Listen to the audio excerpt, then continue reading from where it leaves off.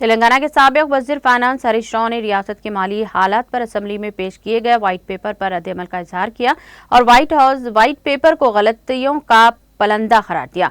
उन्होंने असेंबली में इस मसले पर इजहार ख्याल करते हुए इल्जाम लगाया कि ये व्हाइट पेपर साबिक हुकूमत को परेशान करने का रुझान है। उन्होंने कहा कि रियासत के अवाम ने कांग्रेस पार्टी से काफ़ी उम्मीदें वाबस्ता की हैं। अवाम ने इन पर भरोसा किया और इन्हें इख्तिदार सौंपा। अवाम की उम्मीदें कांग्रेस हुकूमत को पूरी करनी चाहिए। उन्होंने नुक्ताचीनी करते हुए कहा कि व्हाइट पेपर में अवाम की तरक्की का कोई पहलू नजर नहीं है। ये व्हाइट पेपर सियासी हरीफों के खिलाफ है। हरीश राव ने इल्जाम लगाया कि इस व्हाइट पेपर में अदद शुमार को तोड़ मोड़ कर पेश किया गया।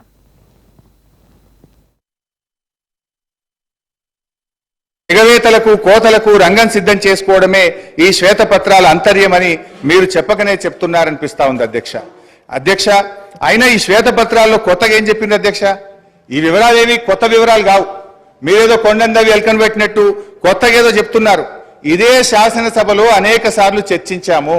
గౌరవనీయులు నేటి ఉప ముఖ్యమంత్రి గారు ఇక్కడ ఉండి వారు మాట్లాడినారు. ఇవాళ మీ మేనిఫెస్టో కమిటీ చైర్మన్ ప్రస్తుత మంత్రివర్యులు శ్రీధర్ బాబు గారు కూడా ఇక్కడ నుంచి ఈ వివరాలన్నీ సభలో చర్చించినటువంటివే. ఇందులో కొత్త విషయాలేం లేవు.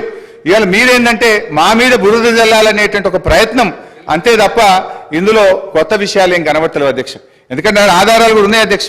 గౌరవనీయులు బట్టి విక్రమార్క గారు, ఇది శాసనసభ రికార్డు అధ్యక్ష, వారు ఇవాళ ఈ రిపోర్ట్లో ఉన్నటువంటి విషయాలను ఫిబ్రవరి 8, 2023 ఇదే సంవత్సరంలో బడ్జెట్ మీద చర్చ జరిగినప్పుడు ఇవే అంశాలు చెప్పారు అధ్యక్ష. నేను I can read out the details also అధ్యక్ష.